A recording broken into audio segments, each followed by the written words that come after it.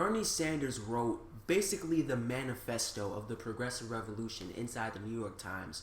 It was simply incredible.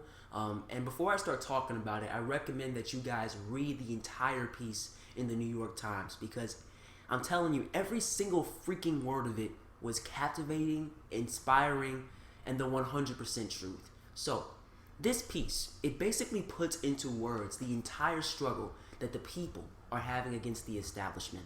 But instead of just simply talking about the United States, this one country, this one microcosm, he talks about the global fight against the elite and how across the world, people are struggling to survive in this rigged global economy.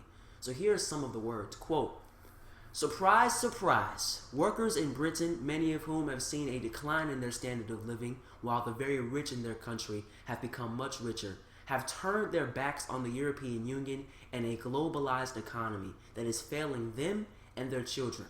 And it's not just the British who are suffering. That increasingly globalized economy, established and maintained by the world's economic elite, is failing people everywhere. Incredibly, the wealthiest 62 people on this planet own as much wealth as the bottom half of the world's population, around 3.6 billion people." All right, let me go ahead and stop right there. 62 people. That's about the amount of people that can fit on your average bus. They own more wealth than 3.6 billion people. Not thousand, not million, no, 3.6 billion people. So to all the right-wingers watching this video who still want to spit out excuses for this type of inequality, I have a question for you. Do those 62 people deserve to have more wealth than half of the world? Do they deserve to have, along with that wealth, nearly absolute control over global politics? Do they work so much harder than the rest of us that they deserve to have so much wealth and power over the system, while the common man struggles to survive? Is that moral? Is that just? Is that fair? You know the answer to that question. Bernie Sanders continues on here. Quote, "The very, very rich enjoy unimaginable luxury, while billions of people endure abject poverty, unemployment, and inadequate health care, education, housing, and drinking water." So, after laying out the global problem, he brings it back down to a national scale by posing this question right here. Quote, "Could this rejection of the current form of the global economy happen here in the United States?" And he goes on to answer the question. Quote, "You bet it could." And from here, Bernie Sanders lists off all the problems facing the American people due to this rigged economy. He talks about the loss of manufacturing here in America, the drop in average Americans' wages, the absurd amount of poverty in this country, or our national healthcare crisis with 29 million people uninsured, the student loan debt crisis, corrupt money in the political system, and many more issues. All of this we've heard many times before. But see, this next message Bernie Sanders makes, it's absolutely key. Quote, "Let's be clear. The global economy is not working for the majority of people in our country and the world. This is an economic model developed by the economic elite to benefit the economic elite. We need real change, but we do not need change based on the demagoguery, bigotry, and anti-immigrant sentiment that punctuated much of the Leave campaign's rhetoric and is central to Donald J. Trump's message." That right there is probably the defining lesson that we can learn from global politics today. Yes, people are struggling. All across the world, we are being oppressed by this rigged economy and this rigged political system. I've recited the statistics over and over and over again. So has Bernie Sanders, so has Jill Stein, so has Jeremy Corbyn, so has Secular Talk, Humanist Reports, Sane Progressive, Young Turks, David Pakman, everybody involved in this revolution.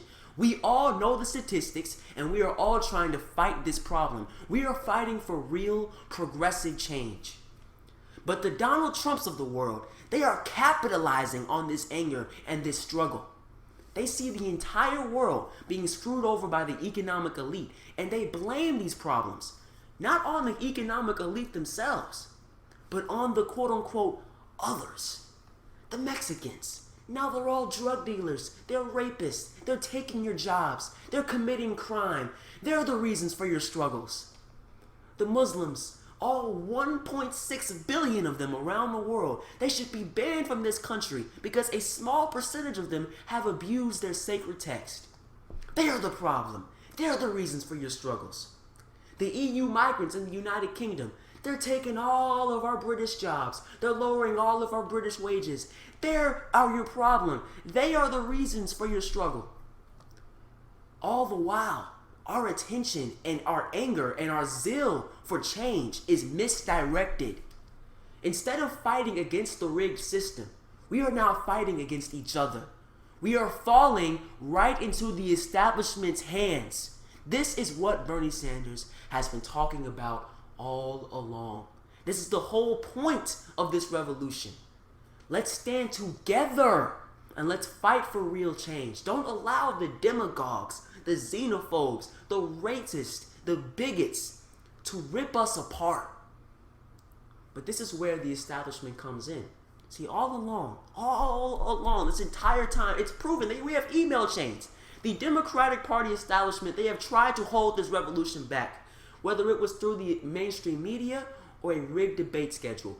Iffy voting rules, you name it, man. They have tried to hold us back. So instead of standing together and fighting for real change, they continue doing the elite's bidding. And Bernie Sanders, he has a message for them. Quote, "In this pivotal moment, the Democratic Party and a new Democratic president need to make clear that we stand with those who are struggling and who have been left behind. We must create national and global economies that work for all and not just a handful of billionaires." That's powerful, man. Bernie is basically saying, if the Democratic Party does not stand with the American people and wage this revolution, the American people will turn to Donald Trump. Or in the UK, many turned to the far right and drove their country into a very destructive situation for their country and all across the world. And globally, people are struggling. And since there is no one advocating for progressive change, many of these struggling people have succumbed to the bigotry and the demagoguery because they are the only ones offering a solution.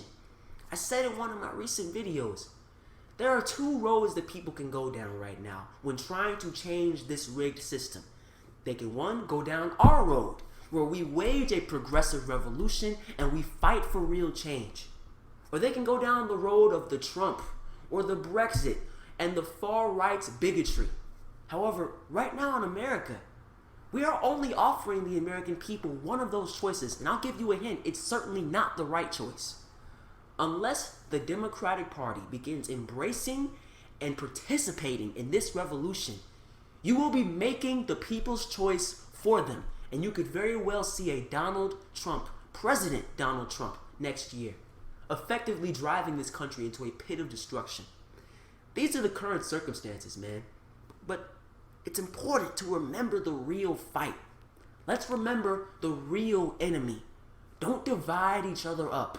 And let's continue on with this revolution.